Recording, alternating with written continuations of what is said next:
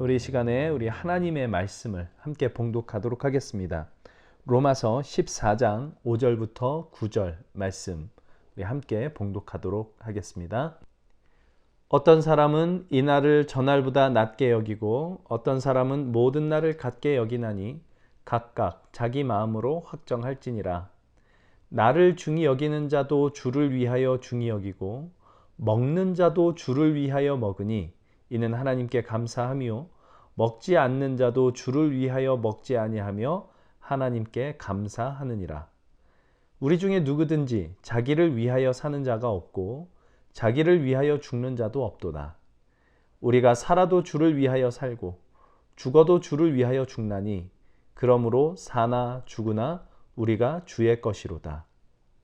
이를 위하여 그리스도께서 죽었다가 다시 살아나셨으니 곧 죽은 자와 산 자의 주가 되려 하심이라. 하나님의 말씀입니다.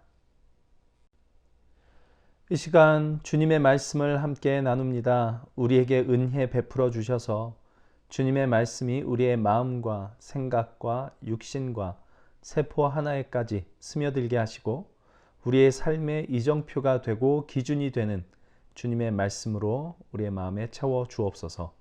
예수님의 이름으로 기도합니다. 아멘. 우리는 지금 이전에는 경험해보지 못한 새로운 시기를 살아가고 있습니다. 코로나 바이러스가 이 미국 땅에서 시작된 지 약 4개월이 지난 지금 코로나 바이러스로 인하여 벌어지고 있는 이 일은 잠깐 왔다 사라지는 일이 아니라 이제는 우리가 이 코로나 바이러스와 함께 살아갈 수밖에 없는 그런 현실로 인식되고 있습니다. 그래서 New Normal이라고 하는 말도 생겨났습니다. 이전에 우리가 Normal이라고 여겼던 삶이 더 이상 Normal 할 수 없고 새로운 Normal, 새로운 일상이 시작되었다라는 이야기일 것입니다. 우리가 원하든 원하지 않든 이미 우리 곁에 찾아온 이런 New Normal의 시대에 한 장소에 모이는 것 자체가 조심스러워졌죠. 그래서 우리는 교회의 예배는 앞으로 어떻게 될 것이냐에 대한 고민도 하지 않을 수 없게 되었습니다. 그래서 지난주부터 예배에 관한 이야기를 하고 있는데 이 메시지를 통하여 앞으로 우리가 어떻게 예배해야 할 것인가 하는 것을 조금 더 깊이 생각해 보기를 원합니다. 지난주에는 예배란 본질적으로 하나님의 창조주 되심과 구원주 되심을 고백하는 것이라 하는 것을 함께 나눴었습니다. 출애굽기 20장과 신명기 5장에 나오는 안식일의 정신을 살펴봄으로써 그런 결론에 다다랐었죠. 이것이 우리 예배의 가장 기초입니다. 우리가 예배하는 대상이 누구인가 하는 것을 분명히 알고 그분을 높이는 것입니다. 오늘은 주일 성수에 대해서 이야기를 좀 해보려고 합니다. 주일 성수란 주일을, 주님의 날을 성수한다, 거룩하게 지킨다 라는 뜻입니다. 여러분 어떻게 생각을 하십니까? 주일 성수를 꼭 해야 합니까? 이 문제에 대한 답을 먼저 드리자면 그것은 그렇다이기도 하고 그렇지 않다이기도 합니다. 그렇다는 것은 어떤 의미에서 그렇다는 것인지 그렇지 않다는 것은 또 어떤 의미에서 그렇지 않다는 것인지 생각을 좀 해보려고 합니다. 먼저 그렇지 않다라는 이야기부터 하려고 합니다. 오늘 본문 5절 말씀을 보면 이렇게 되어 있습니다. 어떤 사람은 이 날을 저날보다 낮게 여기고 어떤 사람은 모든 날을 같게 여기나니 각각 자기 마음으로 확정할지니라. 이 말씀은 14장 1절에 믿음이 연약한 자를 너희가 받되 그의 의견을 비판하지 말라라는 말씀으로부터 시작된 것입니다. 교회 안에는 믿음이 강한 자도 있고 믿음이 약한 자도 있는데 믿음이 강한 자가 믿음이 약한 자를 받아주고 그 믿음이 약한 자의 의견을 비판하지 말라라고 이야기를 하고 있습니다. 믿음이 강한 자는 어떤 사람이고 믿음이 약한 자는 어떤 사람일까 하는 이것을 2절에 이렇게 기록하고 있습니다. 어떤 사람은 모든 것을 먹을 만한 믿음이 있고 믿음이 연약한 자는 채소만 먹느니라. 모든 것을 먹을 만한 믿음이 있는가 하면 믿음이 연약한 사람은 채소만 먹는다라고 합니다. 이게 무슨 뜻일까요? vegetarian, 채식주의자는 믿음이 연약하다. 그런 뜻일까요? 저는 고기도 엄청 좋아하고 이것저것 안 가리고 다 잘 먹는 편인데, 그렇다면 저는 모든 거를 다 잘 먹기 때문에 믿음이 좋다. 이렇게 얘기할 수 있는 걸까요? 그런 이야기는 아니죠. 당시 시중에 판매되는 고기는 대부분 이방 신전에 제물로 바쳐졌던 것이 시중에서 팔리게 되는 건데, 당시 예수님을 믿는 사람들 중에 어떤 사람은 이게 우상신에게 바쳐졌던 건데 내가 이걸 먹을 수 없다.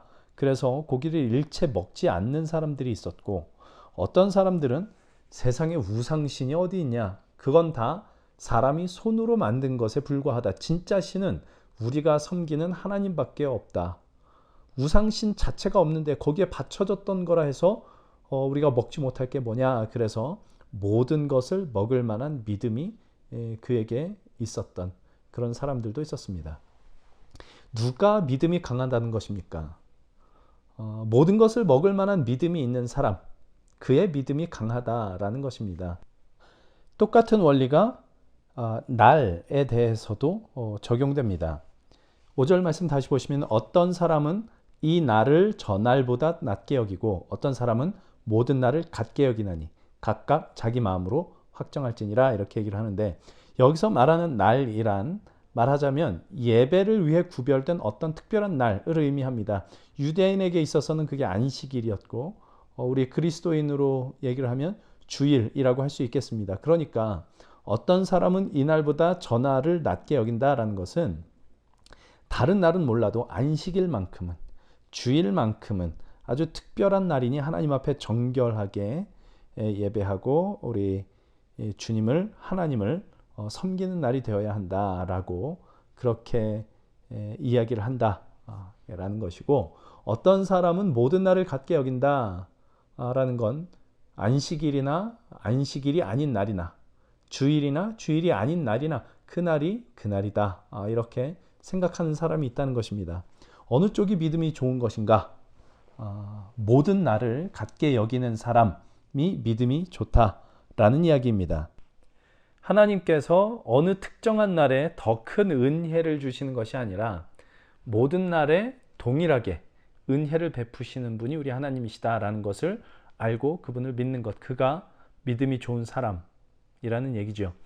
모든 것을 먹을 믿음이 있는 사람, 또 모든 날이 하나님의 은혜 아래 있다고 믿는 사람, 하나님 아버지 안에서 그 어떤 것에도 매이지 않는 사람, 그가 믿음이 좋은 사람입니다. 그러니까 주일 성수를 꼭 해야 하는가라는 질문의 의미가 주일은 다른 날보다 더 특별한 날이므로 반드시 지켜야 한다라는 뜻으로 하는 말이라면 그건 그렇지 않다라고 답을 할 수밖에 없습니다. 그러면 주일 성수는 해도 그만 안 해도 그만인가? 그렇지는 않습니다. 우리 한편으로는 주일 성수는 꼭 해야만 하는 것이다 라고 우리 이야기를 해야 됩니다. 어떤 면에서 그러냐 하는 것이 이제 관건이죠. 본문 6절 이하의 말씀을 보겠습니다. 나를 중히 여기는 자도 주를 위하여 중히 여기고 먹는 자도 주를 위하여 먹으니 이는 하나님께 감사하며 먹지 않는 자도 주를 위하여 먹지 아니하며 하나님께 감사하느니라. 우리 중에 누구든지 자기를 위하여 사는 자가 없고 자기를 위하여 죽는 자도 없도다. 우리가 살아도 주를 위하여 살고 죽어도 주를 위하여 죽나니 그러므로 사나 죽으나 우리가 주의 것이로다. 바로 이 사실 때문에 우리는 주일 성수를 꼭 해야 된다라고 이야기를 해야만 합니다. 이것은 지금 이 말씀은 꼭 주일 성수에 관한 이야기는 아닌데 우리 신앙의 밑바탕으로서 구약의 안식일 정신과 오늘날 우리가 지키는 주일의 정신이 바로 이 사실에 근거하고 있기 때문입니다. 지난주에 말씀 나누기를 주일에 모여 예배하는 정신의 근본은 사실 안식일의 정신에서 왔고, 이 안식일의 정신이 뭐냐 할 때 우리 출애굽기와 신명기 말씀을 통하여 창조주 하나님 그리고 구원주 하나님을 고백하고 만나고 높이는 것이다 라는 이런 말씀을 나눴었는데, 이것을 한마디로 표현하자면 창조주 하나님이 세상과 인생의 주인이십니다 라는 고백입니다. 또한 하나님께서 보내신 구원주 예수 그리스도, 그분이 세상과 우리 인생의 주인이십니다 라는 고백, 이지요. 이것은 모든 구원 얻은 하나님의 백성들의 고백이고 평생 지켜야 할 우리의 신앙의 고백입니다. 우리 인생의 모든 불행과 비극은 바로 하나님께서 세상과 인생의 주인 되신다라는 이 고백을 버리고 나 자신이 세상과 인생의 주인 되고자 하는 것에서부터 온 것입니다. 애초부터 인간은 하나님의 사랑과 은혜를 떠나서는 바르게 살 수 없게 창조되었었거든요. 요한복음 15장에 나오는 포도나무 가지 비유처럼 나뭇가지가 나무 기둥에 붙어 있어야 나무로부터 영양분을 공급받고 그 가지가 맺어야 할 열매를 맺을 수 있듯이 그 가지가 나무 기둥에서 떨어져 나오면 그 자체로 모든 생명력을 잃고 마르고 죽어갈 수밖에 없듯이 사람은 하나님으로부터 떨어져 나오면 그 생명을 잃고 마르고 죽어갈 수밖에 없도록 창조되었다는 겁니다. 그런데 이 포도나무 가지 비유 뒤에 예수님께서 그러면 가지가 그 나무에 붙어 있는 방법이 뭐냐? 라고 할 때 이렇게 말씀을 하십니다. 요한복음 15장 10절입니다. 내가 아버지의 계명을 지켜 그의 사랑 안에 거하는 것 같이 너희도 내 계명을 지키면 내 사랑 안에 거하리라. 예수님이 아버지의 계명을 지켜 그분께 붙어 있었습니다. 그리고 우리에게 말씀하십니다. 그와 같이 너희도 내 계명을 지키면 나에게 붙어 있을 수 있다. 가지가 나무에 붙어 있는 방법, 인간이 하나님께, 예수님께 붙어 있는 방법, 그리하여 하나님께로부터 흘러나오는 모든 생명력과 영광을 공급받으며 인생을 바르게 살아갈 수 있는 방법이 뭐냐 할 때 그것은 주님의 계명을 지키는 것입니다. 인간의 비극은 뭐냐면 이 주님의 계명을 지키지 않는다는 거죠. 곧 하나님을 삶의 주인으로 인정하지 않는다는 것입니다. 그리고 내가 세상의 중심이 되고 내가 내 인생의 주인이 됩니다. 세상은 그것을 멋진 인생이다 라고 부추기죠. 그 일면 맞는 말입니다. 우리는 우리 인생의 주체가 되어야 합니다. 우리 삶을 우리가 책임져야 합니다. 그러나 이때 우리가 주체적으로 우리의 인생을 책임져야 한다라는 것은 오직 하나님을 선택하는 문제에 있어서만 그렇습니다.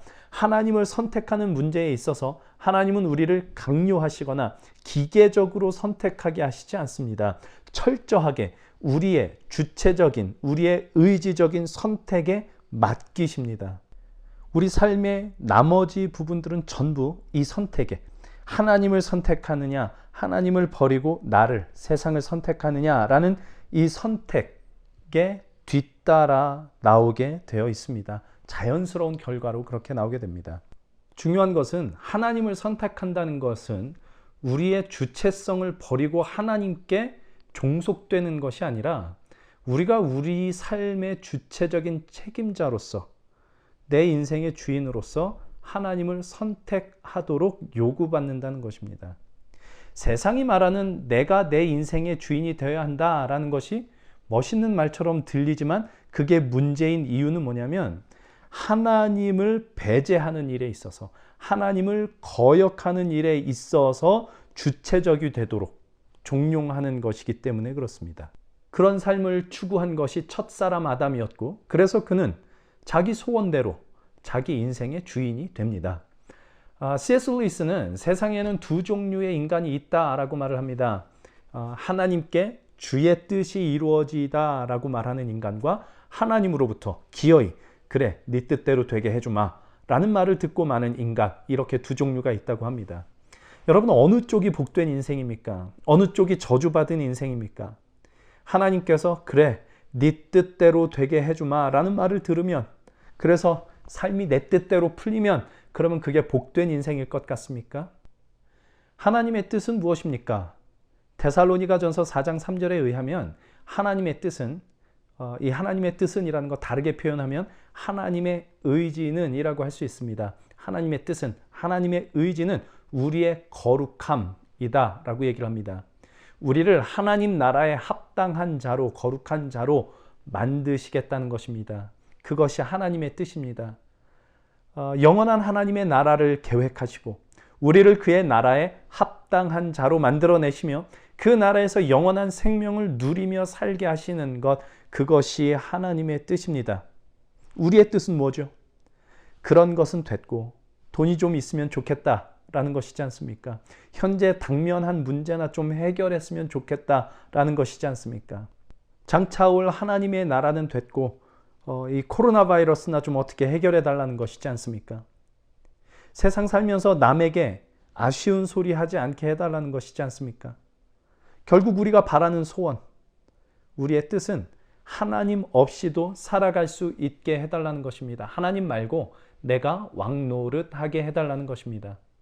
그러니까 하나님이 우리에게 이루시려는 뜻이 있으신데 우리가 고집을 피우고 우기고 우겨서 하나님께로부터 그래 네 뜻대로 되게 해주마 라는 답을 기어이 듣습니다. 그러면 그게 복입니까? 아니요. 그건 복받은 게 아니라 저주받는 것입니다. 그게 아담입니다. 그리고 우리는 그 아담의 후예입니다. 어떻게든 그래 네 뜻대로 되게 해주마를 듣고 싶어 안달이 난 사람들이죠. 그래서 우리에게 구원이 필요합니다. 구원이란 무엇입니까?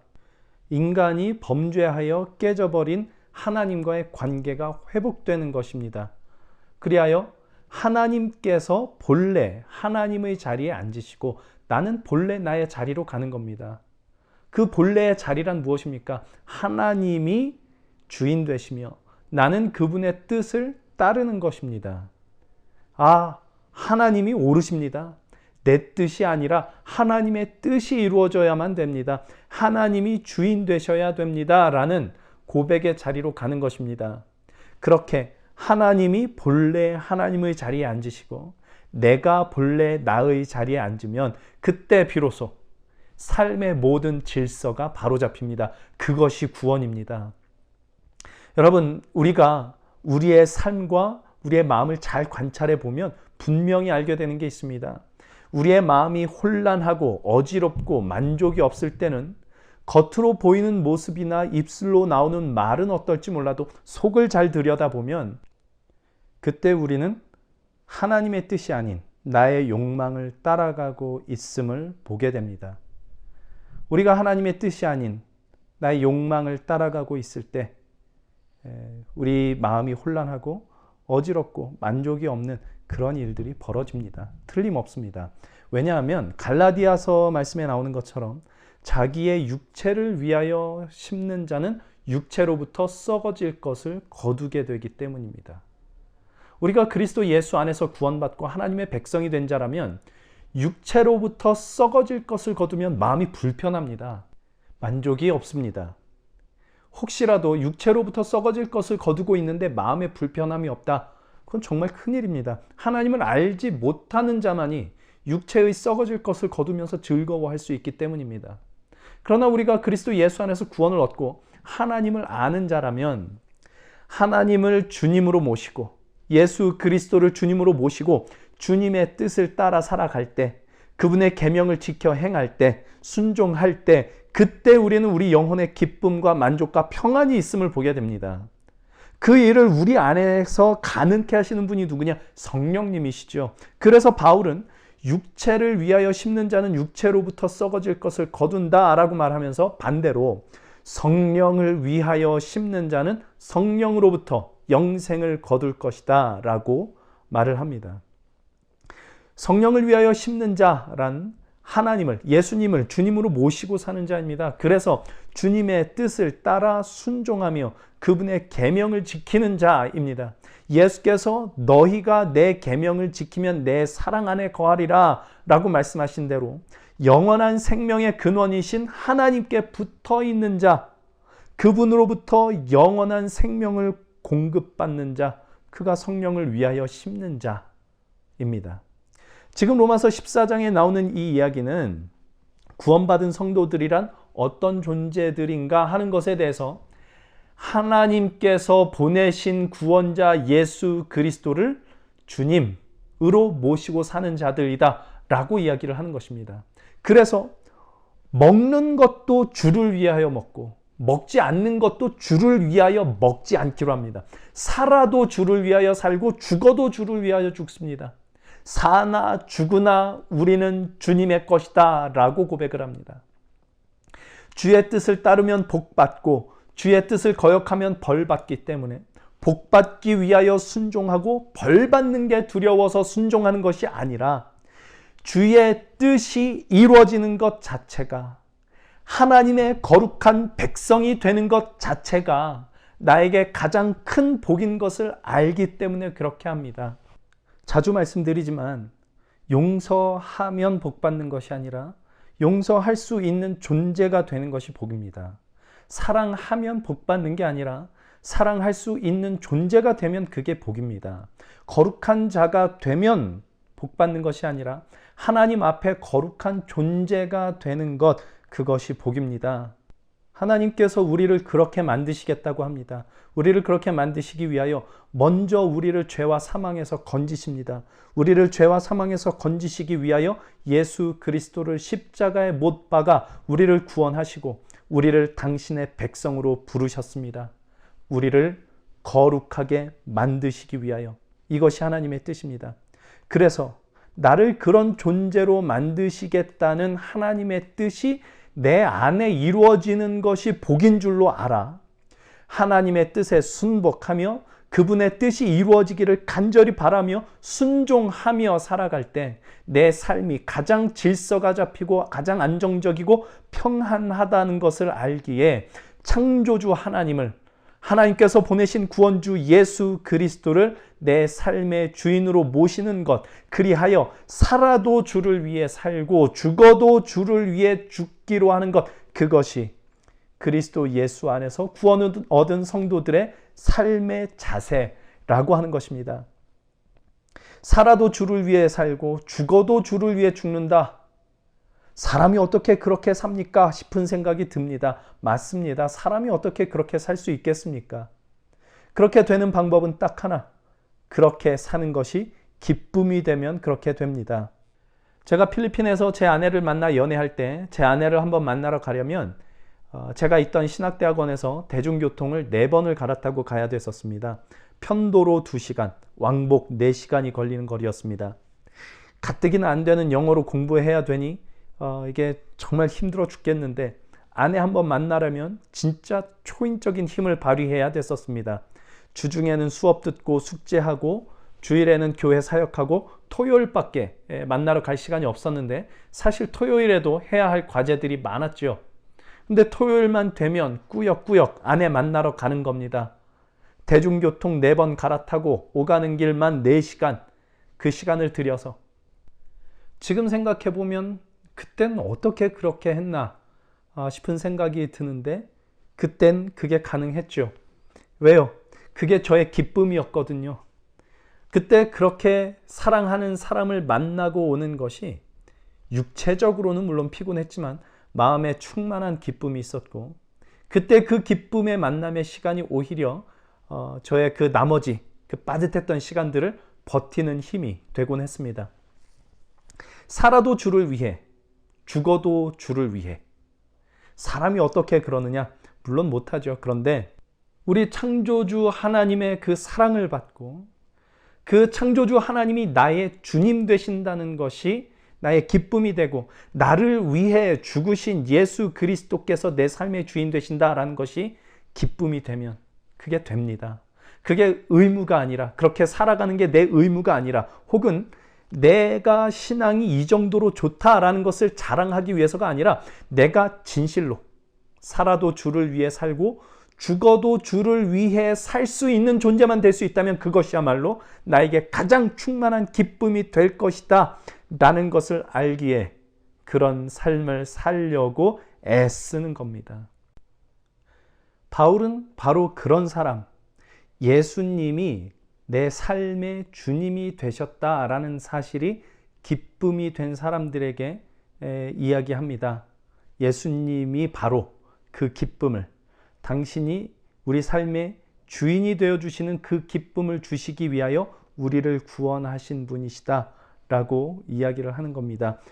본문 8절 9절 다시 봅니다. 우리가 살아도 주를 위하여 살고 죽어도 주를 위하여 죽나니 그러므로 우리가 주의 것이로다.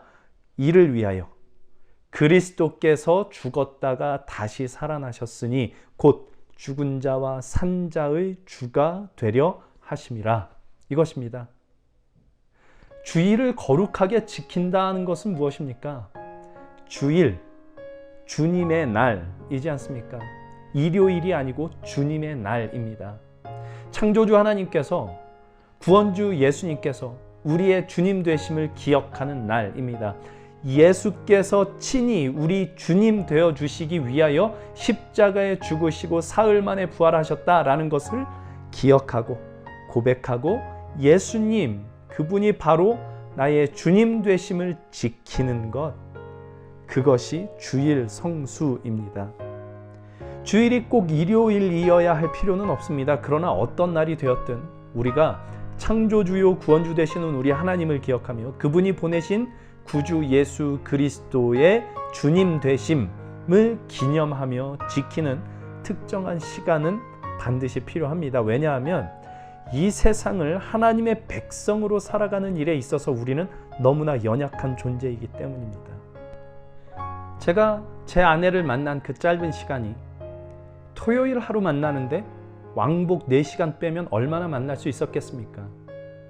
그 짧은 시간 만나는데, 그런데 그 시간이 저의 그 나머지 시간을 버티는 힘이 되어줬었습니다. 그처럼 창조주 하나님이 온 세상과 내 삶의 주인 되시고 예수께서 내 인생의 주인 되어 주시기 위하여 십자가에 달려 죽으시고 나를 위하여 다시 살아나셨다라는 그 사실을 기억하고 고백하고 그 주님을 만나는 시간, 그 주님의 날의 시간, 주일 성수의 시간이 우리의 나머지 엿새를 하나님의 백성으로 세상을 살게 하는 힘이 되는 것입니다. 이런 주일 성수, 우리 하나님의 창조주 되심과 구원주 되심, 우리 예수님의 우리 삶의 주님 되심을 우리 심령 가운데 되새기고 강화시키고 내면화시키기 위하여 주님의 날을 거룩하게 구별하여 지키는 것, 이런 주일 성수는 우리에게 반드시 필요합니다. 그것은 주일이라고 하는 어떤 날이 특별해서가 아니라 주일을 포함하여 우리의 삶 전체를 창조주요 구원주이신 하나님의 은혜 아래 우리 예수님의 주님 되심 아래 살아가게 하는 힘이 되기 때문에 그렇습니다. 코로나19 사태로 인하여 뉴 노멀의 시대가 열렸지만, 그러나 예배의 본질은 결코 변하지 않습니다. 예배의 형식은 바뀔 수 있겠지만 본질은 결코 변하지 않습니다. 창조주 하나님, 구원주 하나님, 예수님의 주님 되심, 이런 것들이 예배의 본질입니다. 우리가 예배 가운데 어떤 깨달음을 얻었느냐, 우리가 어떤 은혜를 받았느냐, 이런 것들은 전부 다 부차적인 것들입니다. 예배의 가장 본질적이고 우선되는 내용은 하나님의 창조주 되심과 구원주 되심, 우리 인생의 주인 되심, 예수님의 주인 되신 것을 기억하고 고백하는 것, 그분의 뜻이 이루어지기를 소원하는 것, 그리하여 성령을 의지하여 성령으로 심는 삶을 사는 것, 주님의 뜻에 순복하기로 하는 것, 순종하기로 하는 것, 이것이 예배의 본질이며, 깨달음, 은혜, 기쁨, 감사, 이런 것들은 바로 이 예배의 본질을 회복할 때 자연스럽게 뒤따라 나오는 것들입니다. 우리가 예수님의 주님 되심을 지킬 때 우리의 삶의 기쁨과 만족이 넘치며 우리의 삶의 질서가 잡히게 됩니다. 예수님의 주님 되심을 지킨다라는 것은 예수님을 내 삶의 주인으로 삼고 그분의 발자취를 따라 걷는 것입니다. 예수께서 제자들의 발을 씻으심과 같이 높은 자가 낮은 자를 섬기기로 하는 것, 가진 자가 없는 자를 돌아보며 돕기로 하는 것, 이것이 예수님의 주님 되심을 지키는 것입니다. 하나님을 거역하여 원수되었던 나를 사랑하사 예수께서 나를 위해 십자가에 달리신 것과 같이 내 자존심을 십자가에 못 박아 원수도 사랑해 보기로 하는 것, 이것이 예수님의 주님 되심을 지키는 것입니다. 용서받을 수 없는 나의 죄를 예수께서 용서하셨던 것과 같이 용서해 보기로 하는 것, 살아도 주 예수를 위해 살고 죽어도 주 예수를 위해 죽어보기로 하는 것, 내 마음에 예수를 주님으로 모셔 그분이 내 삶을 인도하시는 대로 나를 내어드리기로 하는 것, 그것이 예수님의 주님 되심을 지키는 것이며 그 마음으로 주님의 나를 지켜가는 것, 그것이 주일 성수입니다. 우리가 예배당에 모여 예배를 드리든지 온라인으로 예배를 드리든지 그 형태야 어떠하든 이 예배의 본질을 놓치지 않을 수 있기를 바랍니다. 오늘 우리가 드리는 이 예배가 창조주요 구원주 되시는 우리 하나님을 노래하고 우리 예수께서 내 삶의 왕이요 주인 되심을 기쁨으로 고백하는 주일 성수가 될 수 있기를, 그리하여 오늘 예배의 이 기쁨이 우리가 살아내야 할 나머지 6날을 주님의 사람으로 살아가는 힘이 될 수 있기를 우리 주 예수 그리스도의 이름으로 간절히 소망합니다.